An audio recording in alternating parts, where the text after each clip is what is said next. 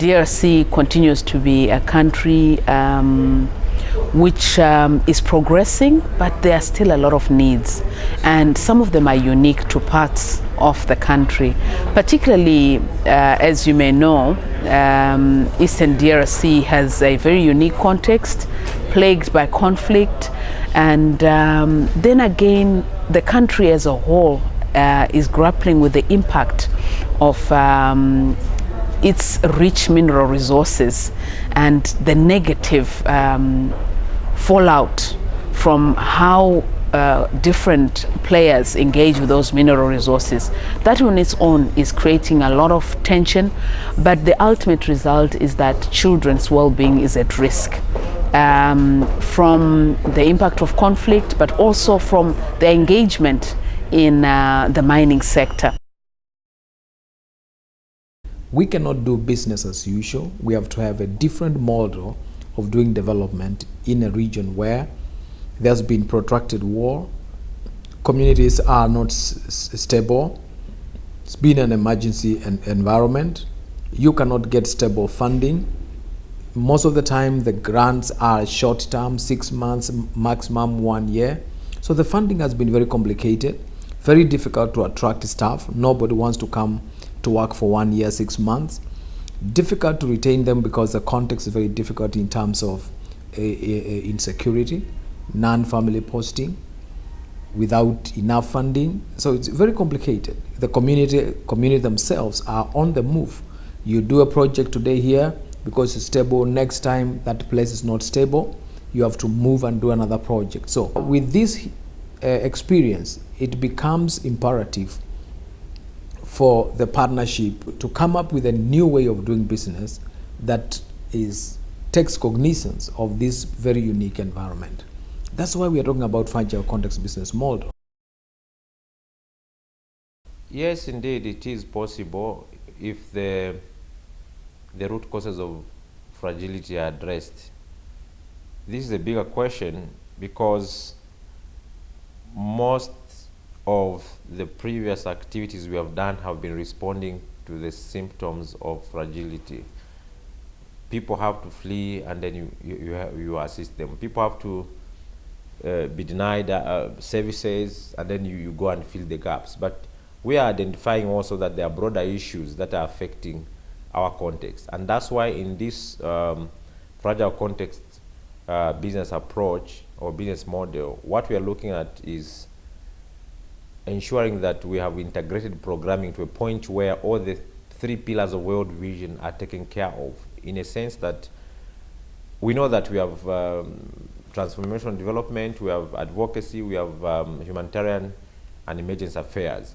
So when you follow strictly this track of programming, it still responds appropriately to the flexibility we are talking about. When the situation begins to stabilize a little bit, you begin to go more towards developmental activities. In this context now, those will be recovery and rehabilitation. When the context changes, again, you draw back into HEA activities with advocacy as a cross-cutting issue. The problems in the DRC are so urgent that I absolutely cannot take on some bulky old business process if I can get to the same outcomes in a better way. And so the national office and all of us in this room working together could create real learning. You know, somebody said, well, we should have a learning center for the fragile context. The learning center for the fragile context is called the national office. And so we might be able to discover new ways of working which can help the entire partnership because they've been proven, they've been deepened, and they've been owned by the national office. What's most important to us are the higher level principles. What our focus is, the targets, what our basic modes of working together is, which Dave has just described in terms of coordination and working together, the primacy of the national offices and empowering them to do their jobs and letting management be held accountable for that, and then finding the most effective and efficient way of getting that done. I would encourage all of us, though, to try to beat the race against malnourished children, uneducated children, children experience violence. That runs very, very fast.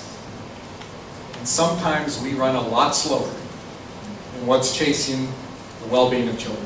I'm hoping that when we get this right, we'll create the boundaries In other words, stay within this, but anywhere within this, get the job done, no problem.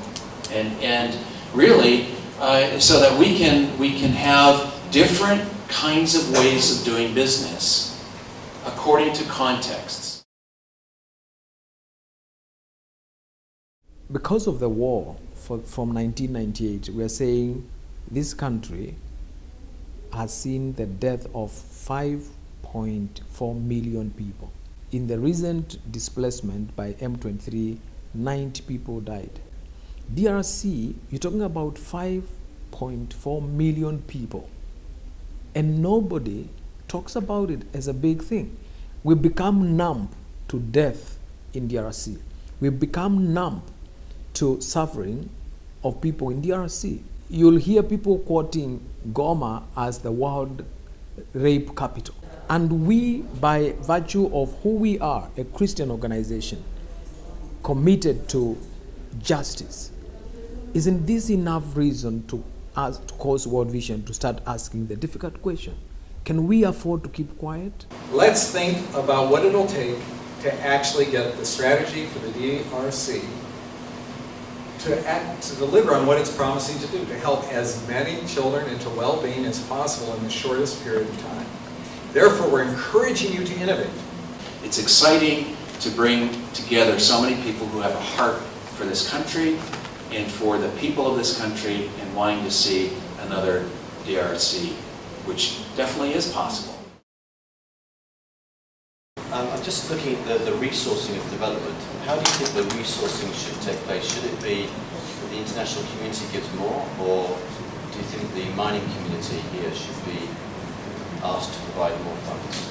It's a very good question on resources. It's more not where resources come from, but how the best use of them to do what. And it's really where we're struggling, because we have a limited amount of resources, but united together with the government investment, with the civil society and the best, the faith-based organization, it's going to work.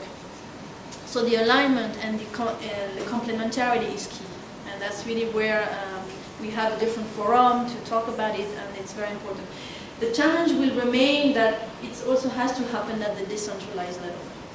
And as you may know, for example, the investment decided nationally is not always reflected locally. And that's where your ears and your eyes on the ground. And that's why I always say to the team, mud's on the boots. We have to go and see. Then, that's where we can also see what works, what doesn't work, and where we can make a difference.